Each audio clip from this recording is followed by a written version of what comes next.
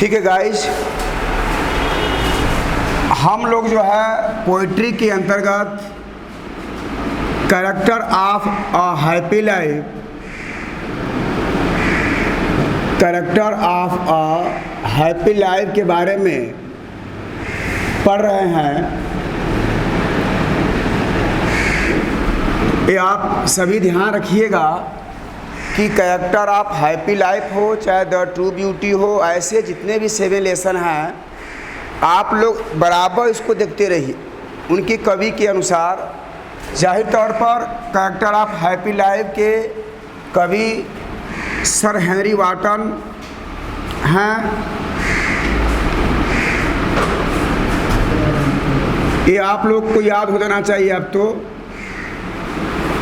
ध्यान देना बेटा, जैसे पहला स्टैंजा समाप्त हुआ था, how happy is he born आर taught that serveth not another's will,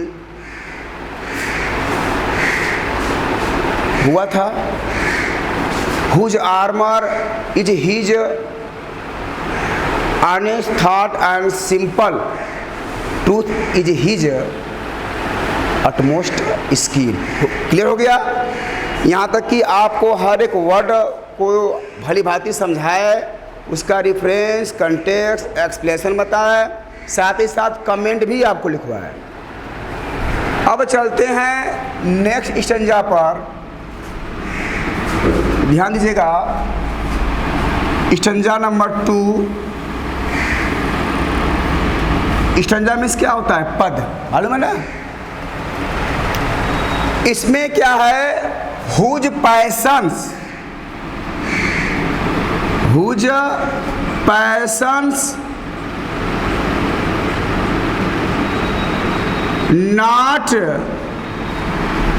his masters are. Clear है?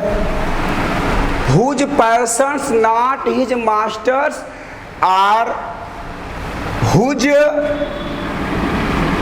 soul is still prepared for death, whose soul is prepared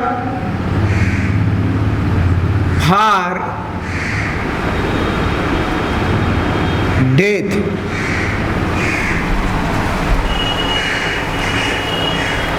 Untied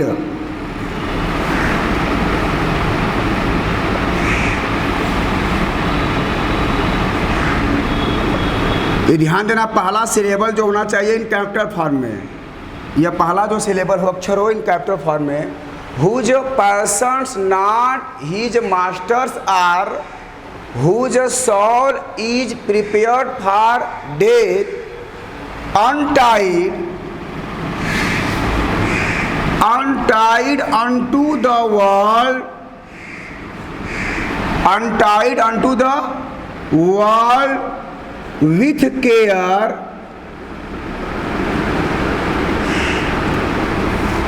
with care of princely love or vulgar breath, of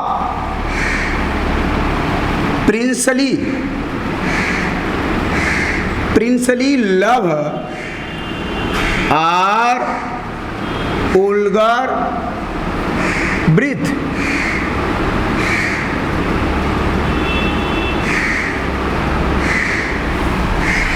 clear है? एक बार फिर हम note करेंगे,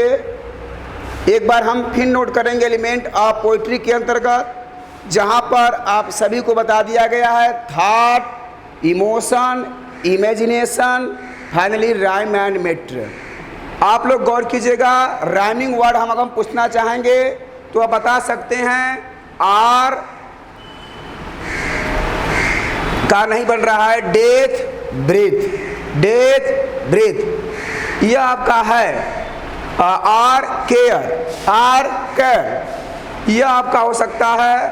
तो हम कह सकते हैं कि सर यह हमारा सेकंड स्टैंजा है, यह सेकंड स्टैंजा है। इसमें अब तक कवि सर हेनरी वाटन अपने वर्णन को जारी रखते हुए एक सुखी व्यक्ति के अनिवार्य गुणों का वर्णन करते हैं। अब हम जरा देखेंगे, हर एक स्पेल्ड को, हर एक वर्ड को भली भांति गौर करेंगे और जो डिफ़िकल्ट मीनिंग होगा उसको हम नोट करेंगे। हुज हम बता दिए हैं बेटा, जब आपको हम पढ़ाएंगे सिंथेसिस तो उसमें हम बताएंगे हु, हुज, हुम, विच, दैट, ये सभी रिलेटिव प्रोनाउन के अंतर्गत आते हैं। एडजेक्टिव क्लास के अंतर्गत दो पार्ट्स होते हैं, थोड़ा सा बता दे रहे हैं। आप थोड़ा सा 1 मिनट समझ लीजिएगा। आप लोग कहेंगे सर जी पढ़ा रहे हैं पोइट्री, चले गए ग्रामर पर। कॉम्प्लेक्स सेंटेंस के बारे में जब आपको हम पढ़ाएंगे तो उसमें हम बताएंगे कॉम्प्लेक्स सेंटेंस जो है प्रिंसिपल क्लास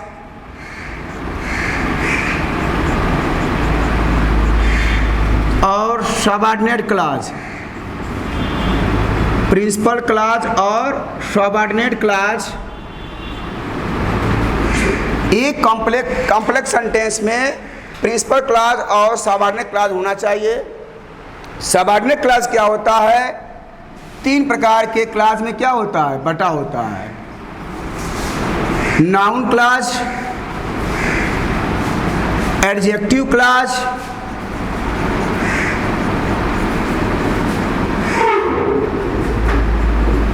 एडवर्ब क्लास। आप लोग बोर नहीं होंगे, ध्यान दीजिएगा। एडवर्ब क्लास,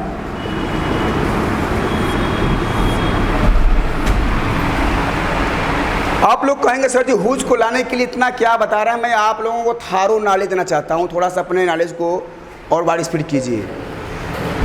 बता दे रहा है कॉम्प्लेक्स सेंटेंस में principal clause, subordinate clause. Subordinate clause में क्या होता है? नाउन क्लास, एडजेक्टिव क्लास और एडवर्ब क्लास। हम हुज पर पूरा फोकस डालना चाहते हैं। एडजेक्टिव क्लास के अंतर्गत 2 बातें होती हैं, रिलेटिव प्रोनाउन, रिलेटिव प्रोनाउन और रिलेटिव एडवर्ब, रिलेटिव एडवर्ब। ध्यान देना बेटा, रिलेटिव प्रोनाउन के अंतर्गत हु, हुज, हुज, हुज इस्तेमाल हुआ है। हुम, विच, दैट, ये आते हैं। यह इसको ज़्यादा बना सकते हैं आप, हैं या कॉलम के तौर पर इसको बना सकते हैं। यह कॉम्प्लेक्स सेंटेंस में 2 बातें होती हैं, प्रिंसिपल क्लास, सबऑर्डिनेट क्लास। जहाँ सबऑर्डिनेट क्लास को noun clause, adjective class, adverb class में क्लासिफाइड किया जाता है, वहीं हम बता देना चाहेंगे नाउन क्लास के बारे में बता देना चाहते हैं। नाउन क्लास 5 तरह का कार्य करती है: subject to the verb, object to the verb, complement to the verb, case in a position to noun of pronoun, governed by pronoun with gerund. यह नाउन क्लास के अंतर्गत आते हैं। एडजेक्टिव क्लास बता दिए। एडवर्ब क्लास में भी बातें आती हैं, adverb showing time, adverb showing place, adverb showing manner, adverb showing reason, adverb showing condition, adverb showing contrast, adverb showing supposition. ये सभी आते हैं किसके अंतर्गत?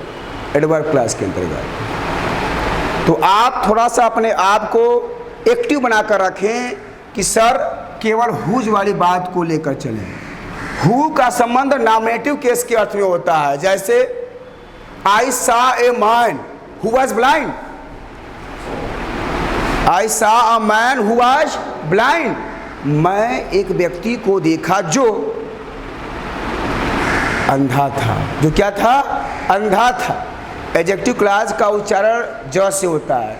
ज, जिसका, ज, जिसकी, जिन्हें, जिसको, ये सब बातें होती हैं एडजेक्टिव क्लास के अंतर्गत। वहीं हुज का प्रयोग संबंध कारक के अर्थ में होता है, जैसे I saw a man yesterday whose husband sent to the jail.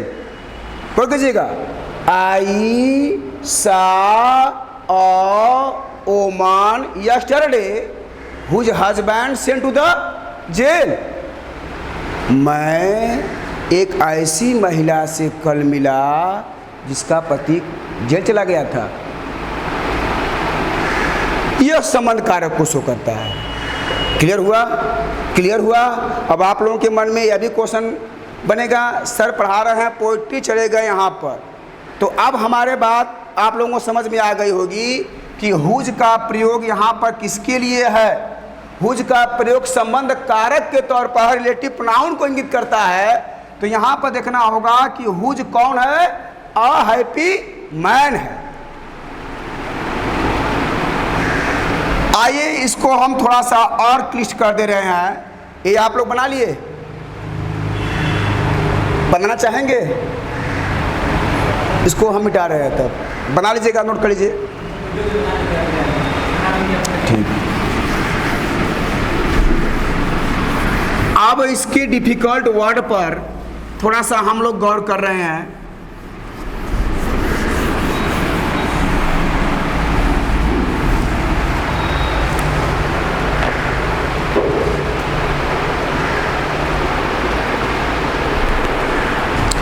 ध्यान दो बाबू, पहले क्या है? पैशन। क्या है? पैशन।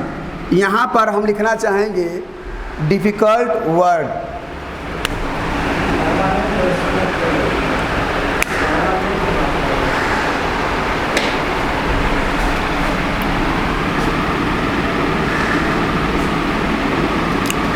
पैशंस सही नहीं चल रहा है यहाँ पर।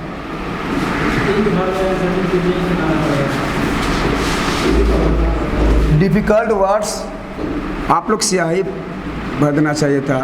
देखिए बाबू, डिफिकल्ट वर्ड्स इस जगह आप नोट करेंगे पैशंस। पैशंस, पैशंस का अदर मीनिंग क्या होता है? जुनून, स्ट्रांग फीलिंग्स।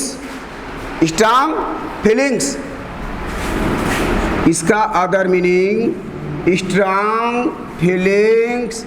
किस बात का? Strong feelings of hate, anger,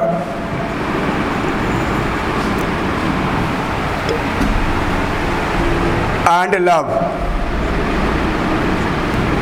strong feelings of hate, love and anger, यह मतलब है। ETC कर सकते हैं।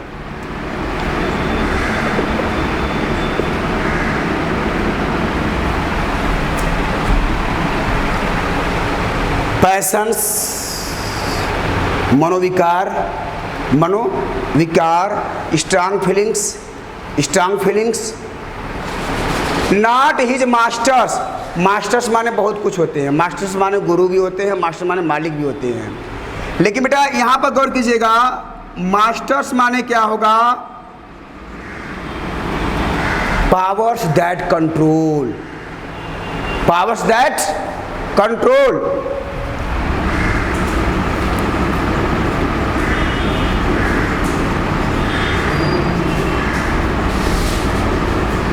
Strong feeling of hate, anger, love, ETC का मतलब हुआ मनोविकार। किस प्रकार का मनोविकार? प्रेम, घृणा, पहले हेट है ना, घृणा, क्रोध, प्रेम। घृणा, क्रोध, प्रेम, इस प्रकार का मनोविकार। मास्टर्स पावर्स दैट कंट्रोल, नियंत्रण रखने वाली शक्तियां। नियंत्रण करने वाली शक्तियां।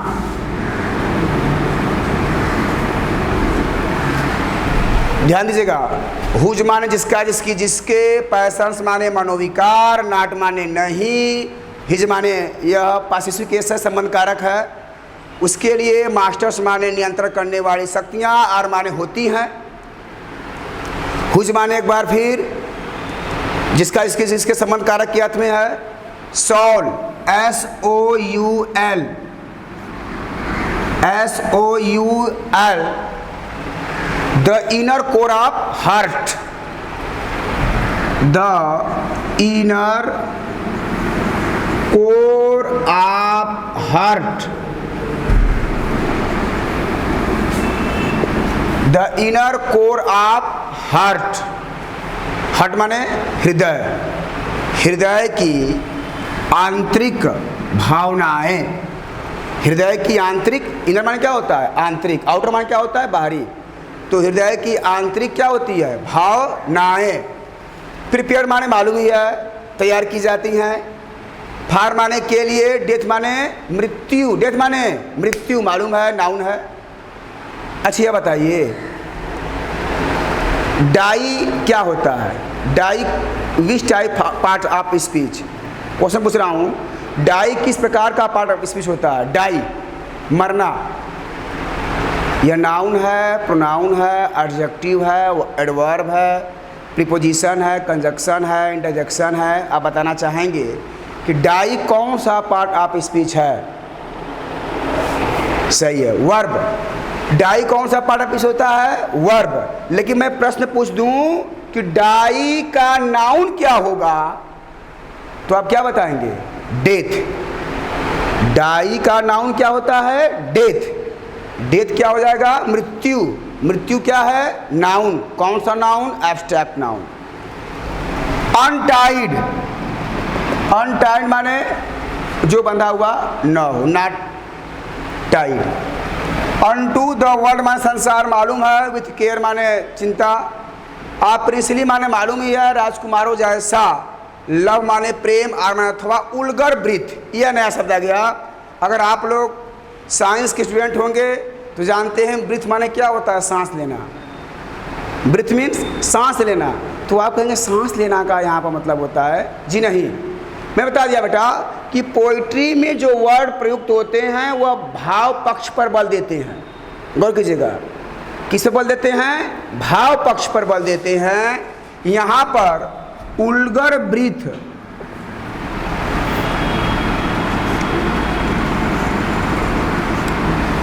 उलगर ब्रीथ